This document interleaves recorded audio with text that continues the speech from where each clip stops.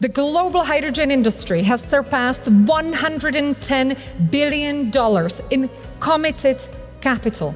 That's 10 times growth in just the last 5 years, and 510 projects globally have now passed final investment decision and have gone into construction or operation. So that's real projects, real progress, and despite the challenges and concerns and bad headlines, the work is happening. Hydrogen is happening, hydrogen is moving. Major milestones on construction. NEOM, 90% complete. Beaumont, a large ammonia project in Texas, US, 97% complete, moving into commissioning. ACES Delta in Utah, 95% complete, moving into the next stage. Jupiter 1, a massive turbine now operational in China. Stegra, 60% complete. Lingen in Germany, targeting commissioning and full operation. So we really see it every day that these projects are happening, they're real, and hydrogen has really moved from ambition to delivery to building. With your permission, let's go a little deeper into what this actually really means. And I'll start with the easy question. What is stopping us? I think that in a certain number of hydrogen chains, we do not think super efficiently from end to end. Sometimes we completely forget that there's going to be a terminal, a landing point, a cracker. You think about, on the one hand side, the production, and on the other hand side, the off-taker. I think our Japanese friends have been very successful in thinking about that. If you look at the project that have been supported by the government, they really look at from the very top to the very end, and they look all around the chain, and then they look at where the Japanese company are active and making sure to pick and support with public money only the project where it's really clear from end to end and with Japanese player all along the chain. I think that everybody should learn from that approach. Yeah, I think what my colleague said, make it simple, look at it from a very operational point of view, and unlock it from having a pure industrial approach. Not just a question of vision of regulation. Make it happen, make it simple, and do not forget a single point. Too often, one part is missing. I mean, we are here in the Middle East. Obviously, I'm from Europe. There is a EU GCC cooperation. A lot of players here in the region wants to sell hydrogen into Europe. They say, Europe, please aggregate demands. It's going to make it easier for the producer here. So you may know that Europe gathered via a platform all the potential off-taker. Guess what? They did not invite around the table people who have cracking capacities or jetties. I totally agree with my colleague. I think there are three main things that is stopping many players on taking decisions, investment decisions. One is lack of visibility of the demand. The word ISAF is pointing to one pocket of certain demand, but many players are lacking visibility of what is the market there and what is willing to pay for this, which is connected to the next one, which is uncertain regulation, because demand is not there, because mandates are not clear or could be changed, and they are not the right incentives. And then finally, the project-on-project risk. I mean, the value chain is very long from the renewables to where you deliver the molecule, and there are some missing pieces that nobody's taking care of. In many cases, these are related to infrastructures. Now, could be midstream infrastructure, could be transmission lines, port facilities. So I think these are the three key elements. Very clear. So where should we begin? And do you see any good examples, tools, solutions? What would you recommend we do to cut through some of that? So if I think of each of the three on the demand, again, let's prioritize and concentrate the efforts on those, let's say, pockets of demand that are available short term, so not big technological changes. If we think about ISAF, it's a clear case. You can use very easily ISAF mix with jet fuel in an airplane today, and where the impact in the final price of whatever you are selling, in this case, airline tickets, is negligible. So the green premium is diluted in the cost. So that does not require a big effort to make the hydrogen acceptable to the final consumer. And then prioritize also how you treat, let's say, the permitting and the public investment in certain infrastructure. So we had a lot of speculation around hydrogen, a lot of players trying to make easy money. And I think we should concentrate infrastructures, permitting, subsidies in those credible players who either have mandates, obligations, or who can make this happen, really. And with that, I think we can accelerate. But where are the challenges? Where are the difficult things? What do you believe is right now? What's keeping you up awake at night? The classic question. I think we lack consistency in the approach how we look over continents, in the approach how we develop the projects, how we manage the risk inside the projects, because there are still too many options on the table. And I think this effect of consolidation, which I appreciate, will help us to rule out some options and focus on how to resolve the issues that are really at hand. And one issue that we need to face it is also the total installed cost of the assets that are to be constructed. And that is something where the industry needs to deliver. That keeps me awake quite a bit, because we all know that the technology as it is today, with the risk that we factor in, comes at a price that is very difficult to place in the market. We are not necessarily in the money. But that doesn't mean we can't change it. But we need to have a very consistent approach on how to evaluate the risk in the technology, how to evaluate pricing, how to go to reasonable EPC prices, and then ultimately deliver that. And that is something where the industry now also has an obligation to show that it works. We have constructed meanwhile 140 megawatt of PEM plants and a gigawatt in execution in total. And that allows us to bring back now data from the field, from running assets and from assets in operation. So this is the silver lining at the horizon, because we are now at a tipping point where the first batch of, let's say, this first wave of subsidized projects gets into operation and gives us feedback on technology and execution on how to manage the risk. This needs to go back now into technology development, into how to deploy the project and how to set projects up. And with this, we will manage to get significant risk adders out of the equation. I have more hopes that we are better in managing risk than we are getting cost out of the core technology, because that it is what it is. I think on consolidation, first of all, also the fact that the speculation is out and people come to a reasonable level of risk sharing. I think there were many opportunists that, just free ride, I want to make quick money, as Manuel said. I think the two big things where we need to jointly work on is, number one, green is actually not expensive, gray is too cheap. So we need a price for CO2, and we need to move on that and not wait any more year. We need a price for CO2 now, symbolic. Imagine the effect, just $5 or $10 per ton, and a clear roadmap that this will come.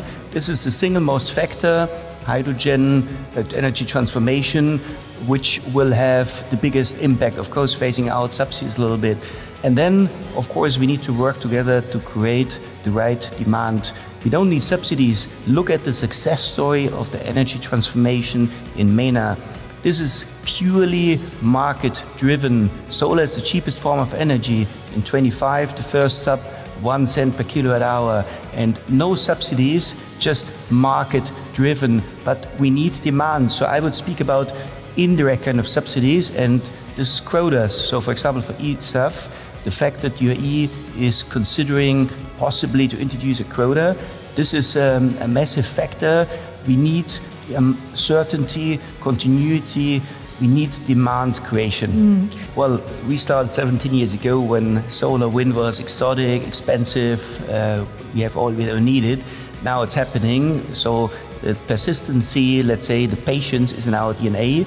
So I think what we need to do is to work in partnerships, in sound facts and figures, in solid communication, because sometimes what you see also on LinkedIn or others is really a pity, because there's so much noise and there's so much fake news and so much misinformation. So this is where we see our role. Misinformation is one of the biggest challenges, I think, of these times, and in our industry as well. So we need to, that's our core activity, to put together good, sound reports, thought leadership, facts and figures, and communicate to the right people with the right people. I think this is a factor which is often underestimated, but we work on it, we believe in it. We started betting on hydrogen back end of 2019. I remember well because it was the whole, let's say, the whole COVID era somehow impregnated also the start of the hydrogen era. Well, the hydrogen era started much before, but it's the hydrogen hype at the beginning. That's right. And we started developing projects at the time without really knowing what we will be earning with them. And people were looking at me and saying, why are you doing this? So first of all, we are doing it with our own money because we think that we need to move. That's exactly what we say. We need to move. Then we need to focus. Then we need to make sure that investors keep up the speed and keep informed, because after 5 years and almost nothing happening, because we do agree that with all the announcements we had, what has happened is close to nothing. So that's one thing. And then, of course, funding needs to continue flowing, and you need to really develop projects from the ground on. So what we do, we invest in the development greenfield projects from ground on, where we start with the offtake. So where is a clear offtake, and offtake can be CO2 linked or is mainly CO2 linked. So where there's a penalty, for example, that makes sense. So doing things that make sense and not reinventing the wheel. If there's an existing infrastructure for transport, if there are pipelines, if there is an ecosystem that's working, let's not try to redo everything, because that will not fly. You know, it will not fly to say, okay, let's now suddenly change all the turbines of all the aircrafts. Yeah. Because that will not happen, because they normally are bought to fly for 30 years. So this cannot happen. It can also happen to change the trucks that bring the fuel to the planes. So all of this needs to stay in place, and we need to figure out how we can penetrate this without making it more expensive than it already is. I think that's groundwork from the ground, development, keeping investors up to speed, informing them about what you're doing.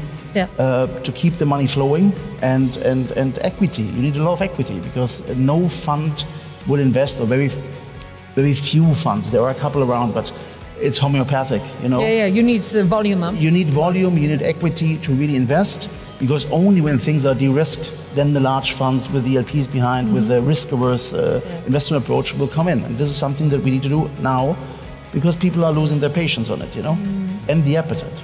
But it does take time, right? I mean, as Cornelius just said, yeah. So we need to keep everybody focused. Look, very little will happen without governments. We don't have governments on this panel, but I think it's really key that we work with governments so that they stay focused and they are aware of the realities on the ground. Like you say, there's a lot of misinformation. Everybody reads the headlines. It seems that hydrogen is failing. If I just look at the news in the main media, it's all project cancellations, scandalous stories about, what have you.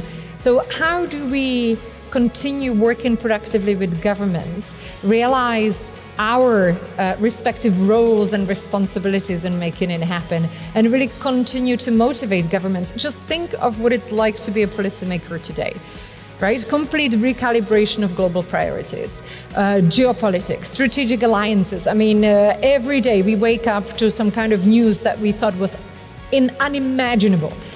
Impossible just 2 years ago, 5 years ago. So lots of moving ground, shifting grounds, dynamics. How are you supposed to manage this? Who do you believe? What do you do first? How do you spend taxpayers' money responsibly? Two things. I will echo also what Horst said on financing. That relates to your current question. First, in terms of pure regulation, a number of governments have put things in place. Certain things don't work. It's absolutely obvious. Re-engineer them fast. Very fast. Rip the Band-Aid, right? Rip it, change it, because we are in the early days. It doesn't work, change it with speed, because this is what it is all about. Second, still in the regulatory space, we are in a kind of divided world right now. Clean tech was a way to unite us. We shouldn't move from one world with fossil energy to another one with clean tech as one takes it all, or I win, you lose. We need to think about win-win collaboration. If I take you, coming back, GCCU, I sell you hydrogen, maybe you buy my equipment. I don't see that necessarily happening.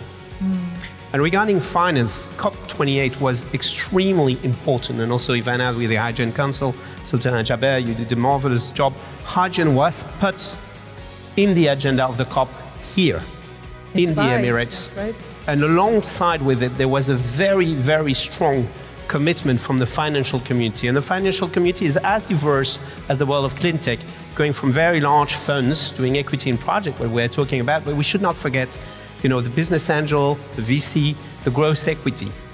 You have picks and shovels that are part of the hydrogen equation, equipment company. In the gold rush, it's the picks and shovel that made the money, not only the gold mines. Same in the hydrogen economy.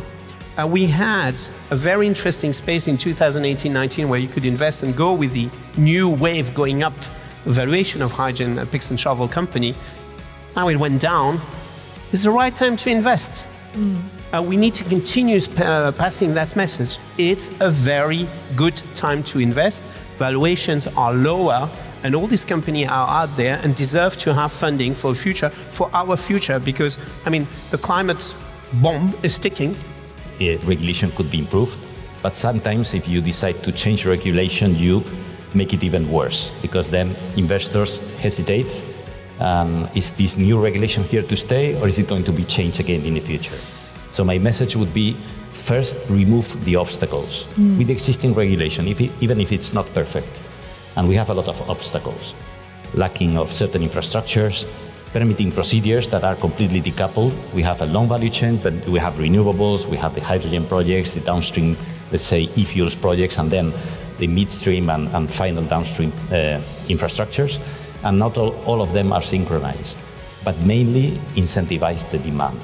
Because you can create, and we have in Europe, certain obligations and penalties, but there is a missing piece. We need to go to the final consumer, which is not necessarily the maritime company or the airline. It is the final consumer buying a car with green steel or buying an airplane ticket, and the impact is so negligible.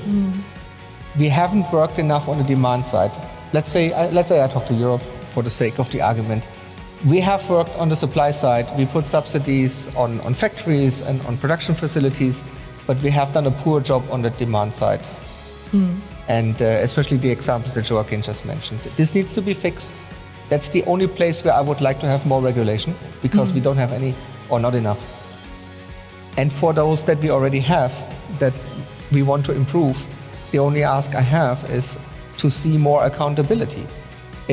So for the last years, time and again, the industry has been promised issuing permits, regulations, updates, changes. They never came on time. In private sector, you do this 2 times, you find yourself another job. And we need to have this sense of accountability. There are people out there, and I'm looking more like Horst and his fellows, who have serious exposure in the market, and we are sitting there waiting. And this cannot continue like this. Speed is becoming Europe's biggest disadvantage. The bureaucracy and the timings, also Manuel was mentioning, speed is really a disaster, and the world is moving faster. China is doing impressive things, is continuing to over-deliver, the region here over-delivers, and Europe is losing out. So speed, we cannot continue to think in these time frames. This is really impossible, and it will inevitably lead to a further decline of Europe. Secondly, on the demand creation, people know what we've been preaching for several years on strategic hydrogen reserve, to introduce a similar kind of mechanism amount. If you talk about strategic gas reserve, 3 months consumption, imagine what happens if Europe introduces and gets its act together, different countries leading a strategic hydrogen reserve procurement that would immediately create several million, up to 3 million tons of hydrogen. Imagine the projects resulting of that. There's no general comment. It's listen to the off-takers, look at what's happening, and also see the opportunity, because I don't see Europe increasing much its oil production. Europe is not very well known for huge oil production, right? We see that some parts of the world, without mentioning specific names, are focusing more on oil again. And from my understanding, there's another molecule available that can substitute in certain applications, very specifically the use of fossil, or in combination solve part of the equation. So let's focus on that. It's like let's not make our life more complicated. So the only way that Europe and also countries here they see it, here they have oil, but they still invest. Mohammed just said it. they still invest in this because at some point the oil will be over. And we will stay there with thousands of airplanes that should bring us from A to B, flying on what? On CO2 only? No.